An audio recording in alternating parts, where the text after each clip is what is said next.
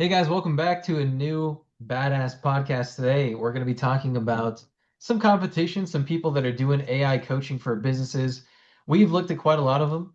We are one of them. And I'm just going to start off with the biggest one. I think these guys probably have the biggest clients, if not the biggest market share. They're called Gong. I only heard of them barely 9 months ago, something like that. But they just basically listen to all your calls, listen to all your sales conversations, and you can see as an example what kind of agents they give you. So it can take all this data from your business and do a deal reviewer, right? Or a deal monitor. And it will just try to give you guys insight on your sales team, what you can do better. So, Dan, challenge for you. I'm going to call you out live on the podcast. So, you've heard me talk a lot about my pain points on why I want to build Leadr. So, why do businesses search out software like this? What pain points are they trying to alleviate? Their team's inability, I guess, to teach themselves. So training themselves and also stopping deals from slipping through the cracks. Inability to train themselves? What do you mean? You expecting the humans to do self-training? What kind of company is that, Dan? I'm not coming to work for you. What kind of companies Don't you expect their provide? people to train themselves? Where's my sales manager? Where's my leader? What? You hired me to do sales and I have to be self-taught? What if I don't know much? The way I hire people at the dealership, they don't even come in with sales experience. So what? That has to be self-taught? That's a big burden you're putting on the employee. Well, it's up to them to learn by either doing sales or getting training outside of what they actually do for work. I mean, Oh, trained by doing sales. Got you. So they get to practice on the business's leads and prospects for 2 to 3 years while the business hemorrhages a half a million to millions of dollars in lost deals, lost opportunities. Is that what you're saying, Dan? That's the business plan? well, usually I think most people hire people that have experience. They don't hire people that don't have any experience at all. Oh my gosh. That's not true. Businesses hire people with minimal experience. You look for potential in people. And like a lot of businesses, I'll take mine for example, the position, I don't have the kind of profit margins to pay a seasoned salesperson 6 figures. And it's much better for me to take a good piece of clay, right, and mold it. I don't want to untrain bad habits. A lot of sales styles don't match up well sometimes in other organizations. For example, like the car business. And let's forget about my dealership for a moment, but some are more geared towards where I want to go is just more of a customer service, more of a soft approach. But I'm perfect example. I have to pay dearly to get somebody with car sales experience, but it's not the type of experience I want. I don't want aggressiveness. I don't want hardcore. I don't think people enjoy that experience, especially in the car buying experience. They're used to that being like a pressure cooker. And that's a big reason why people dread going into dealerships. And those guys are straight commission, guys or women, whatever.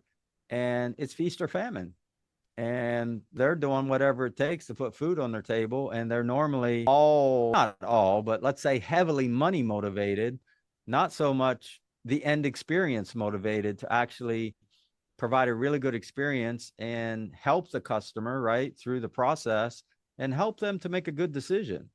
And if they're got this extreme interest of being solely focused on the money, which is not a bad motivation, you want people to be money motivated. I'm not trying to say that.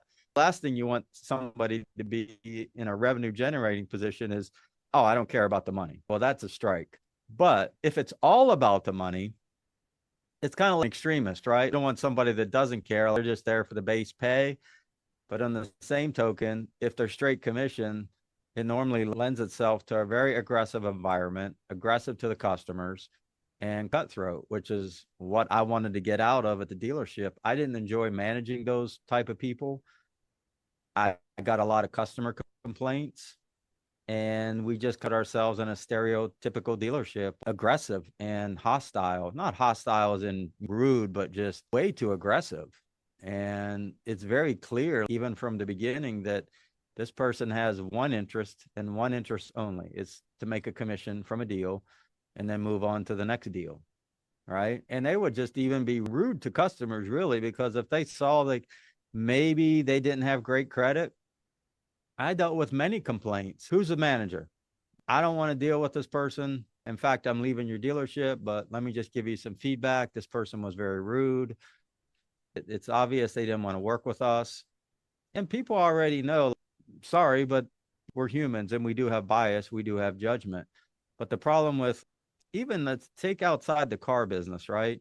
When you start to become hardened by time bandits or people, time bandits is a term for people wasting your time. You really start to pre-qualify people hard. And you got to be really careful with that radar, because you, as the old saying goes, right, you can't judge a book by a cover.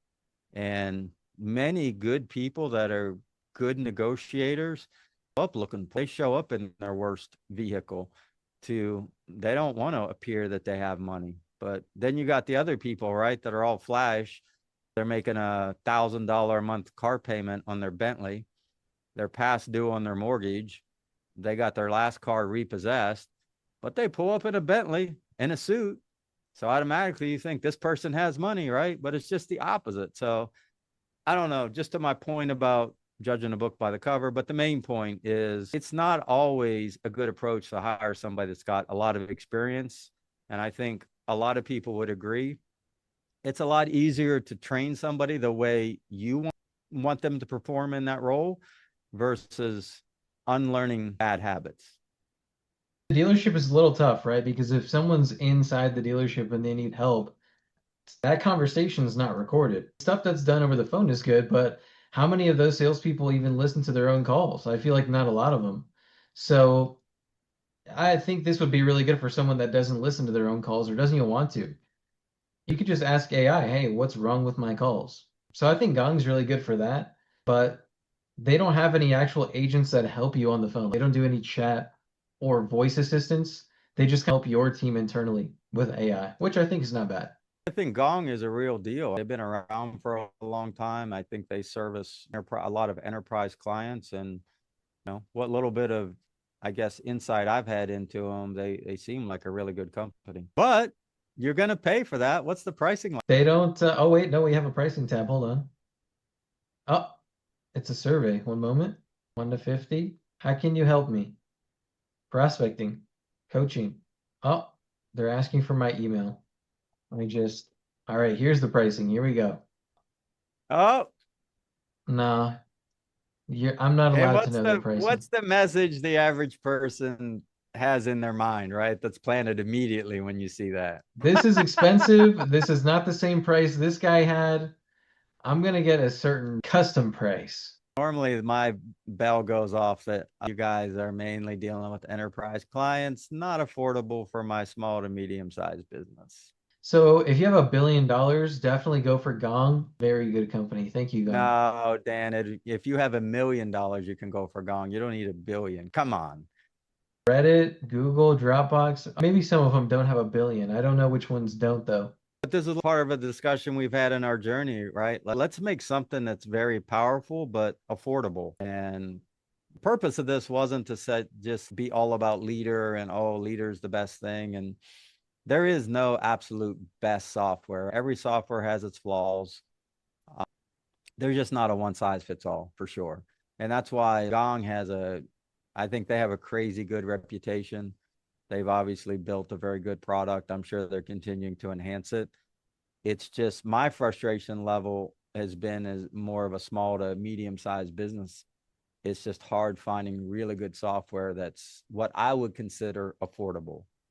And a lot of what it boils down to in the business, right, is what are your profit margins like? And that varies, right? Some people are working off 2 or 3% profit margins, while a lot of tech companies, software companies, whatever, I'm dealing with 70 to maybe 90% profit margin. So all ends of the spectrum on what type of profit your business generates, and then how can you put that back in to reinvest into your business. So I'd like to think that I go for what I think, who built a really good product that's what I think is affordable for the average business, right? So Now let's go to the opposite end of the spectrum. So now we have Sybil. I don't know how you say it. They do the same thing. They listen to all your business data. You can do tasks, automate certain things in the CRM. They're going to give you summaries and coaching on all your calls. So this one's really cool because you actually do get pricing with them. Their website looks really good. I think they showcase their app pretty damn good, and you can actually see which sources they're going off of. So conversations in Gmail, Zoom, Google Meet, and 5 more. So if we go to pricing for a sec, there we go. Now we can actually get an idea of what they're charging. So this is a yearly. Monthly, you're looking at $30 a user on the low end. Unlimited call recordings and storage. But They have no agents, but I can automatically feel a little bit better about a software that can put their pricing out there. And I don't have to fill out a form, jump through a bunch of hoops, and then have to get on a meeting where I feel like I'm going to be sold to.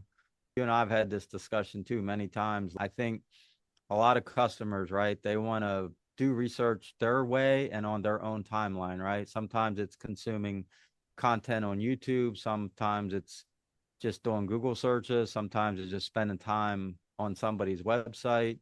And I don't know, you came across those stats, right? Like, what's some of those stats that the average business on their research before they actually make a decision? it's 7 hours.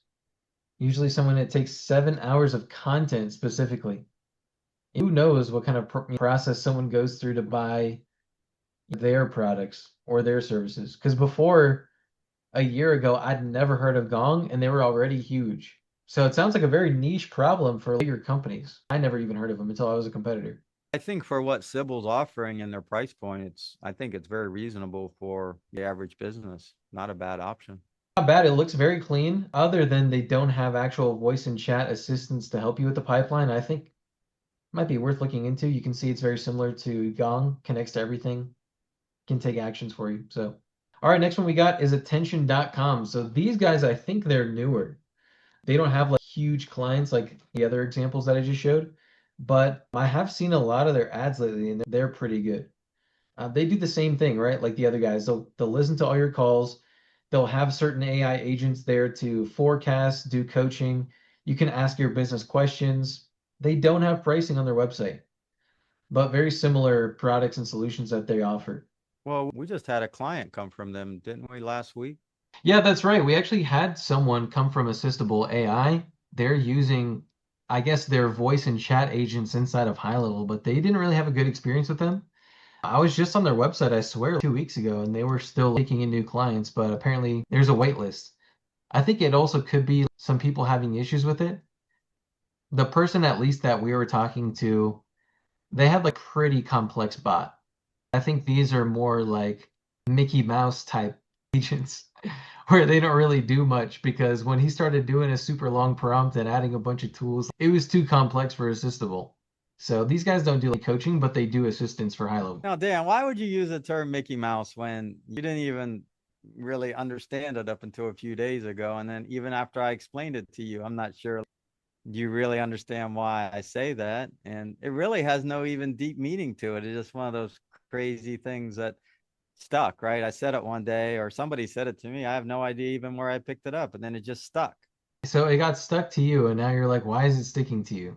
Yeah, why is it sticking to you? It's like a piece of gum to your shoe. You know what I'm saying? I'm not saying it's good. Well, you said it, so I said it. It's how do you say cooked? It's like, well, I'm saying it, so you're saying it. That's just what we say now. So Everything is cooked, whether it's good or bad.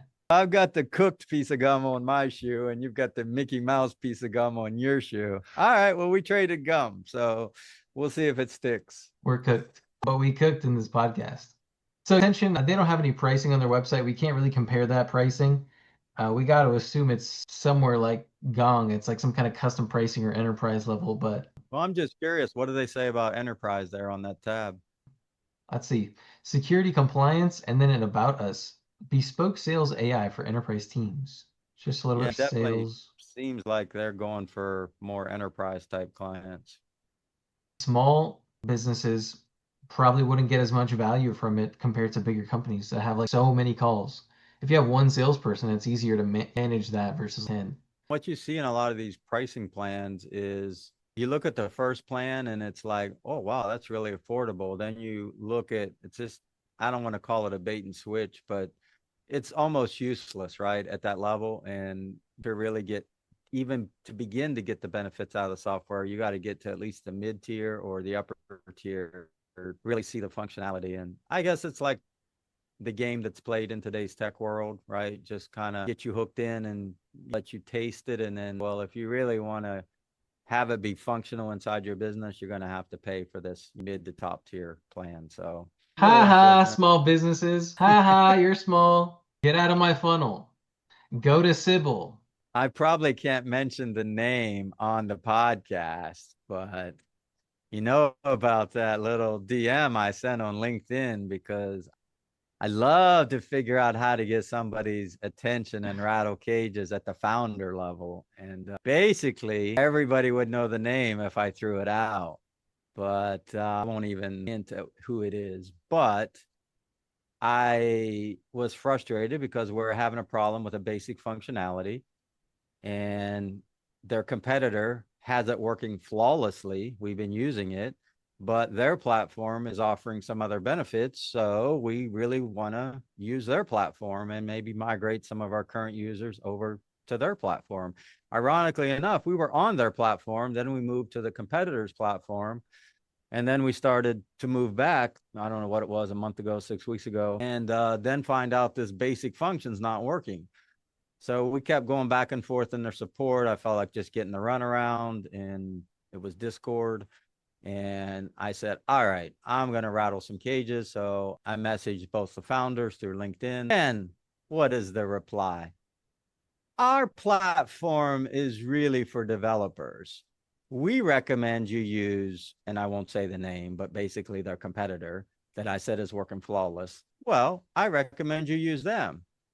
And what did you say, Dan? I think you said that was an Elon Musk move, if I'm not mistaken. Something about Tesla. Was that you, or was that somebody else that made that comment about looked like an Elon Musk move? Like maybe it was Hasib in our group, because basically Musk said, I don't know, he was getting some feedback negative on a Tesla, and he's like, well, don't own a Tesla then, Tesla, it's not for you. It's not the good car for you. So I just thought it was ironic that instead of taking some responsibility for the flaw, you kind of demean the and the request for help, because I sent it I thought it was very professional. Like I didn't belittle him or the product.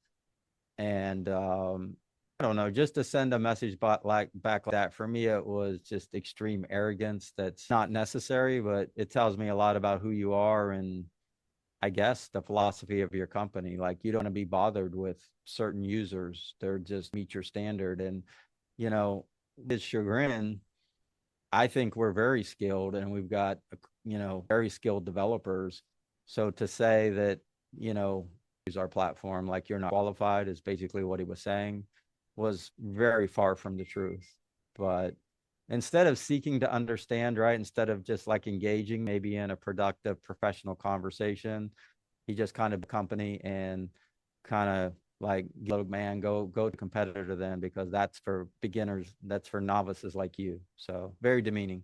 Gong, if you're listening, I really hope you change your philosophy and you put your pricing out there because we would love to see it. We don't want to feel like, we're a little peon. They need help too. So throw us a lifeline. Yeah, how did big guys get to be big? They were small at 1.2. It's like grow up, right? They kind of like, right, you forget your roots, you forget about those group of friends that were really there for you and were loyal. And I know these big companies just become Goliaths, and I don't know, they no longer seem to care about the little guy. So unfortunate.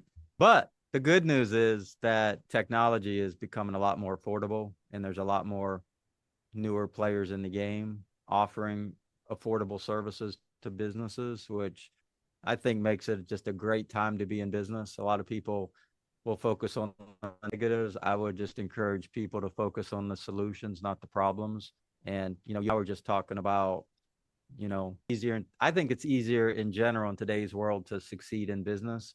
Some people would say, oh, it's more competitive than ever. Maybe it's more complicated. It's very risky. Yeah, okay, well, you can say all those things, but I don't think there's anybody can dispute it's much lower cost of entry into business in today's world.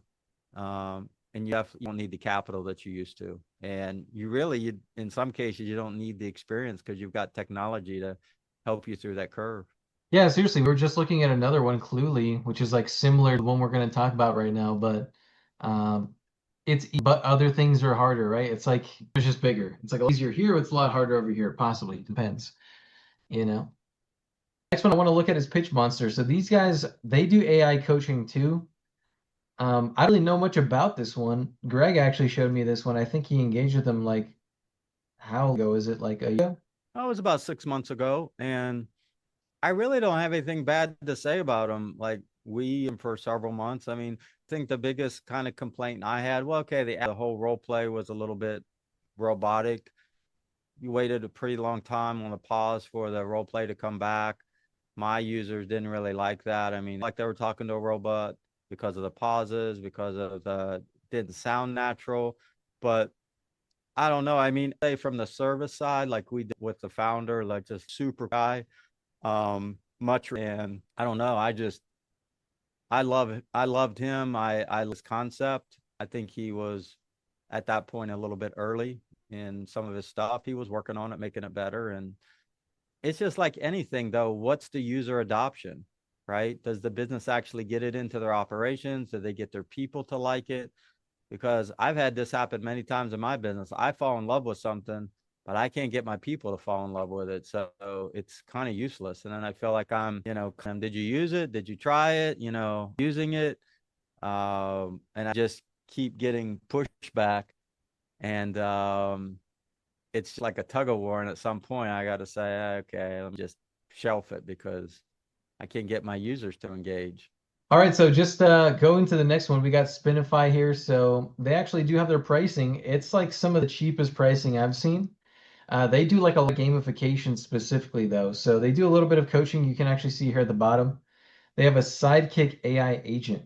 So I think this just does a little bit of reporting for the internal team. I'll go to the homepage so you can see a little bit more, but they do have pricing there.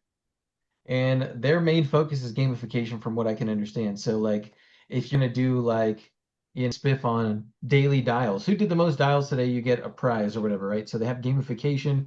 They do a little bit of coaching based on the calls, and this personalized Spinify to your brand. So you can actually put the branding from your business in Spinify. And I remember like just when I used to work at a call center, we used to have like a on the floor and just everybody's numbers would be live updated. So that's always good to see too for morale. Like you can really see who's doing the most work today. And if you're number one, you always have a good feeling. Yeah, I think I mean, sort of refer to it, and I've done this myself. Like sometimes it's grind, right? Like you gotta be on the grind and it's not all glory. And you just kind of have your head down and dial and, send text messages, whatever. It's all part of the grind. And it's like, how do you make this a little more fun? And that's what I was searching out. And I actually had a good experience with Spinify. Again, I think they're a good company. They offered great support. We had a great onboarding experience. Product worked well. Um, I said, let's build something ourselves and let's make it better and even more affordable. Yeah, we hacked all these guys. That's why we are making this podcast. No, I'm kidding. We didn't want to hack all of them, just a couple of them. All right, just wrapping up on the last one here. Oh, we got two more actually. But just wrapping up, we got FSC. I'm not sure how to say it. These guys do a little bit of gamification too. They also do RM automation, which I think that's like the best thing ever. If you can at least automate the actions that are happening inside the CRM, that's like best scenario. Motion doesn't do this, but I'm gonna bring it up because it's relevant. Use Motion has like a AI note taker that you can put on Zoom, and if there's any takeaways to do at the end, they will actually just put them on your to-do list so that you don't forget to do that. So I think these guys actually do it in the CRM for you though. And that is a huge lifesaver, especially if you have a lazy sales team. Let's be honest. At some level, every salesperson is lazy. Automating that keeps your CRM so organized, I think. Yeah, just one point to motion. You said puts it on your task, but I think what you meant to say is it puts it on your calendar, right? Because that's one of the things you really liked about it. Because you, like a lot of people, like to work solely from your calendar, and if it's not on your calendar, it doesn't get done. And I know you're still using it, and what little bit I looked into it, I thought it's a really good tool. Yeah, exactly. Too. I forgot to mention that. That's literally the number one reason why I use it. Every task I put on there, it adds it to my calendar when there's free time. So that it makes sure that it's done. This though, I mean, a CRM like, hey, follow up with me in 2 weeks. It just auto creates the task for you to follow up in 2 weeks. So that's really cool too, especially if it can just be done. So it goes a little farther than motion. All right, last one we Yeah, got right no, here is go ahead. no, I was gonna say like just genuine to the audience. Like you don't see any affiliate links here we're pushing, and it's not like we have a vested interest on any of these companies, and we're just kind of helping, I guess, share some of the learning curve we went through, some of the experience we've had, some of the research we've done to vet out some of these providers. And it's just our opinion, right? And some of it's kind of it's good, couple not quite so good, but all in all, I think, hopefully it saves the audience some time and trying to figure things out, because that for sure is the numbers. I think it's the biggest struggle for me right now as an entrepreneur. Like there's just too many options, and I just go down rabbit holes like, which one do I use? Which one do I pick? Which horse do I get on? And then you get on that horse, right? And you find out, oh, this is not the right horse. The support is horrible. It's got bugs in it. Um, it's not what I thought it was. Or somebody else pops up that's the next new shiny object, and you got to get off that horse. You got to tell your people you're getting off that horse. So now they have to go through a change again. And, that we live in this world with options. And again, I'll stick to what I said before. I think being in business is like the time in the world. Um, but every advantage can come the opposite side, which for me, there's too much tech. It's overwhelming on how it helps my business and which one do I pick to help it. But at some point, you just got to get on a horse and ride. And if you're watching this and you're like, damn, actually, like, which one do I choose? This one right here, Centrical, go ahead and click that link below. Type in badass to save 20%. No, I'm kidding. We're actually not paid on any of these. That's just a joke. Centrical, I just found out about today. They do the same thing, coaching, micro learning, gamification. They look pretty cool too. Like I said, I just found out about them today. When I went to pricing earlier, yeah, it was just a form similar to like Attention, even Gong. So I think they do like more version, but who knows? Maybe they work with some smaller guys too. They have pretty big brands on there, but um, yeah, these guys do agents. None of them. They don't help you with AI voice or chat. It's just coaching. As if that's not like a thing it is. We do that too. But I wonder why. It makes you think. Well, the coaching, the role play, and the gamification. And this was really like one of my biggest motivations to this stuff. And again, this isn't just up like you choose us, because again, the options that we showed, like, okay, you're going to find out that you're going to find even more options, right? This has been our experience so far, and some providers that we think are reputable and providing some of these services. But truly, where I got the most frustrated, especially gamification was like the most frustrating to me, because I knew I wanted to make my environment fun. I wanted to create some competitions more so than just some old fashioned whiteboard, or I don't know. There's so many like really ways you can do gamification, but I mainly the younger generation. I mean, 19 and 27 is my average employee, and they just live more in a virtual world, right? And I wanted to make the gamification virtual, and I thought, oh yeah, well, this is going to be easy. And it was like after really a month of searching and vetting, I'm like, why is this stuff like so expensive? Like, why is it geared to enterprise? And even the one provider, we signed up with them, and they're like, yeah, we created a very watered down version for small businesses. And we know it's not the best. We're working on making more enhancements for the package. Like, that's very basic. You don't get a lot of the features that you saw on the website. And I was like, well, that's pretty frustrating, because I was sold on everything that you had on your website. And then I get the small business plan, right? And it's just a very weak version. And I didn't have like literally the capabilities that I saw on the website that they can do. And they said, well, we just came out with this because we've been focused on the enterprise clients. And it was kind of the same thing with the role play. Like, I my search maybe 2 years ago and ran into Gong, and I talked to Gong, and I'm like, wow, that's just out of reach for me. So it's, as we talked earlier, it could just be really frustrating for the small to medium sized business to put some of this tech inside your business to help you grow, right? Scale. And how do you bring more employee satisfaction to your environment, right? Because nobody really puts a hard cost on turnover, but it is one of the most expensive costs. It's like CAC, right? Client cost of acquisition of a client. And it's, but people don't calculate turnover costs. And how do you keep employees? Well, for one thing, been many studies done on if an employee is really trained on their role, huge job satisfaction, huge retention rates. Nobody wants to be in a role that they feel like they don't really know. It's just awkward. They can never get comfortable. And that also leads to not high, it's not a high performer. So the business isn't happy with them. They're kind of frustrated. And you're just dealing with turnover. And then how do you make the grind, right? Which, like I said, some days it truly is a grind. How do you make that a little more fun? And gamification, competitions, rewards, things like that. And why isn't this stuff more available to smaller businesses? That was my question. Yeah, like Greg said, I mean, it's more accessible than ever right now too. So all these guys at the end of the day, they're just using MCP and they're making it look nice and accessible for, the person. That's why in the next Badass podcast, we're going to talk about MCP, kind of how we even use that internally for Leadr and just to automate a lot of our stuff. So if you guys want access to any of these, I'll leave the affiliate links below. I'm just kidding. There's no affiliate links. I'm serious. We're not paid. We're not making money off this. And Dan, thanks for bringing me up to speed lately. I mean, I met you, you taught me how to spell AI, which I appreciate.